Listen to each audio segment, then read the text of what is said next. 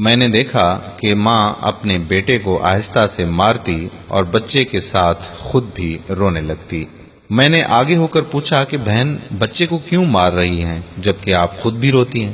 اس نے جواب دیا کہ بھائی صاحب، آپ کو تو معلوم ہے کہ اس کے والد اللہ کو پیارے ہو گئے ہیں اور ہم بہت غریب بھی ہیں۔ میں لوگوں کے گھروں میں مزدوری کرتی ہوں اور اس کی پڑھائی کا مشکل سے خرچہ اٹھاتی ہوں۔ یہ کمبخت اسکول روزانہ دیر سے جاتا ہے اور روزانہ گھر دیر سے آتا ہے۔ جاتے ہوئے راستے میں کہیں کھیل کود میں لگ جاتا ہے اور پڑھائی کی طرف ذرا بھی توجہ نہیں دیتا، جس کی وجہ سے روزانہ اپنے اسکول کی وردی گندی کر لیتا ہے۔ میں نے بچے اور اس کی ماں کو تھوڑا سمجھایا اور چل دیا۔ اگلے دن صبح صبح سبزی منڈی کچھ سبزی وغیرہ لینے گیا تو اچانک میری نظر اسی 10 سالہ بچے پر پڑی جو روزانہ گھر سے مار کھاتا تھا۔ کیا دیکھتا ہوں کہ وہ بچہ منڈی میں پھر رہا ہے اور جو دکاندار اپنی دکانوں کے لیے سبزی خرید کر اپنی بوریوں میں ڈالتے تو ان سے کوئی سبزی زمین پر گر جاتی اور وہ بچہ اسے فوراً اٹھا کر اپنی جھولی میں ڈال دیتا۔ میں یہ ماجرا دیکھ کر پریشانی میں مبتلا ہو رہا تھا کہ چکر کیا ہے۔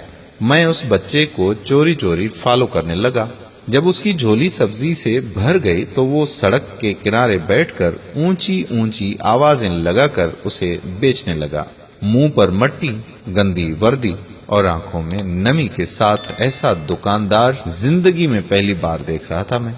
دیکھتے دیکھتے اچانک ایک آدمی اپنی دکان سے اٹھا جس کی دکان کے سامنے اس بچے نے ننھی سی دکان لگائی تھی۔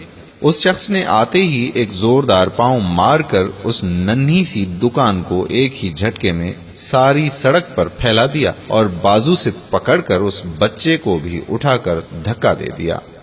ننھا دکاندار آنکھوں میں آنسو لیے دوبارہ اپنی سبزی کو اکٹھا کرنے لگا اور تھوڑی دیر بعد اپنی سبزی کسی دوسری دکان کے سامنے ڈرتے ڈرتے لگا لی۔ بھلا ہو اس شخص کا جس کی دکان کے سامنے اب اس نے اپنی ننھی دکان لگائی۔ اس شخص نے اس بچے کو کچھ نہیں کہا۔ تھوڑی سی سبزی تھی، جلد ہی فروخت ہو گئی اور وہ بچہ اٹھا اور بازار میں ایک کپڑے والی دکان میں داخل ہوا اور دکاندار کو وہ پیسے دے کر دکان میں پڑا اپنا اسکول بیگ اٹھایا اور بنا کچھ کہے اسکول کی جانب چل دیا۔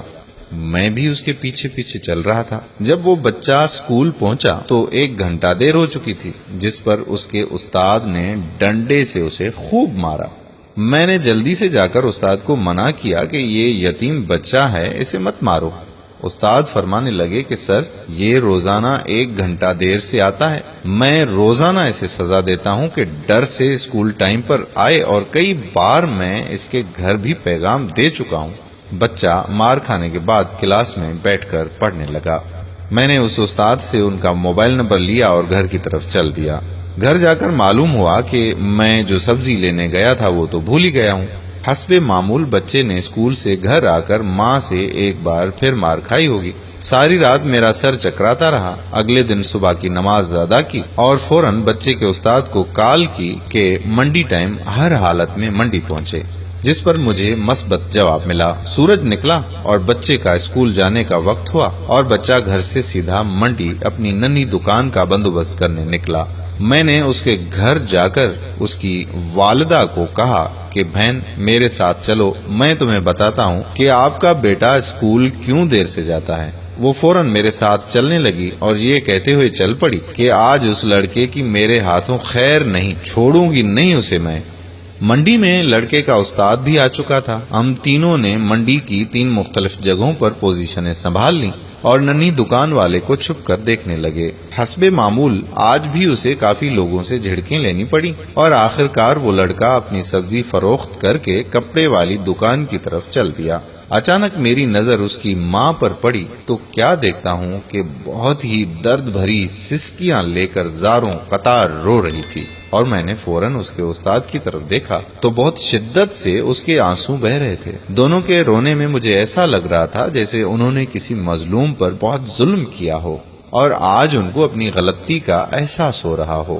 اس کی ماں روتے روتے گھر چلی گئی اور استاد بھی سسکیاں لیتے ہوئے اسکول چلا گیا۔ حسب معمول بچے نے دکاندار کو پیسے دیے اور آج اس کو دکاندار نے ایک لیڈی سوٹ دیتے ہوئے کہا کہ بیٹا آج سوٹ کے سارے پیسے پورے ہو گئے ہیں، اپنا سوٹ لے لو۔ بچے نے اس سوٹ کو پکڑ کر اسکول بیگ میں رکھا اور اسکول چلا گیا۔ آج بھی 1 گھنٹہ لیٹ تھا۔ وہ سیدھا استاد کے پاس گیا اور بیگ ڈیسک پر رکھ کر مار کھانے کے لیے پوزیشن سنبھال لی اور ہاتھ آگے بڑھا دیے کہ استاد ڈنڈے سے اس کو مار لے۔ استاد کرسی سے اٹھا اور فوراً بچے کو گلے لگا کر اس قدر زور زور سے رویا کہ میں بھی دیکھ کر اپنے آنسوں پر قابو نہ رکھ سکا۔ میں نے اپنے آپ کو سنبھالا اور آگے بڑھ کر استاد کو چپ کرایا اور بچے سے پوچھا کہ یہ جو بیگ میں سوٹ ہے وہ کس کے لیے ہے؟ بچے نے جواب دیا کہ میری ماں امیر لوگوں کے گھروں میں مزدوری کرنے جاتی ہے اور اس کے کپڑے پھٹے ہوئے ہوتے ہیں۔ اس کے پاس جسم کو مکمل ڈھانپنے والا کوئی سوٹ نہیں ہے، اس لیے میں نے اپنی ماں کے لیے یہ سوٹ خریدا ہے۔ میں نے پوچھا یہ سوٹ اب گھر لے جا کر ماں کو دو گے؟ بچے کے جواب نے میرے اور اس کے استاد کے پیروں کے نیچے سے زمین ہی نکال دی۔ بچے نے جواب دیا کہ نہیں انکل، چھٹی کے بعد میں اسے درزی کو سلائی کے لیے دے دوں گا اور روزانہ تھوڑے تھوڑے پیسے جمع کر کے سلائی دوں گا۔ جب سلائی کے پیسے پورے ہو جائیں گے تب میں اسے اپنی ماں کو دے دوں گا۔ استاد اور میں یہ سوچ کر روتے جا رہے تھے کہ ابھی اس معصوم کو اور منڈی جانا پڑے گا اور لوگوں سے دھکے کھانے پڑیں گے اور ننھی دکان لگانی پڑے گی۔ آخر کب تک غریبوں کے بچے ننھی دکانیں لگاتے رہیں گے؟ کب تک؟ میرے پیارے بھائیوں اور بہنوں، اپنے ارد گرد کے ماحول پر نظر رکھیں۔ آپ کو اگر ایسے بچے نظر آئیں جو کہ ہر روز آتے ہیں، ان کی بھرپور مدد کیجیے۔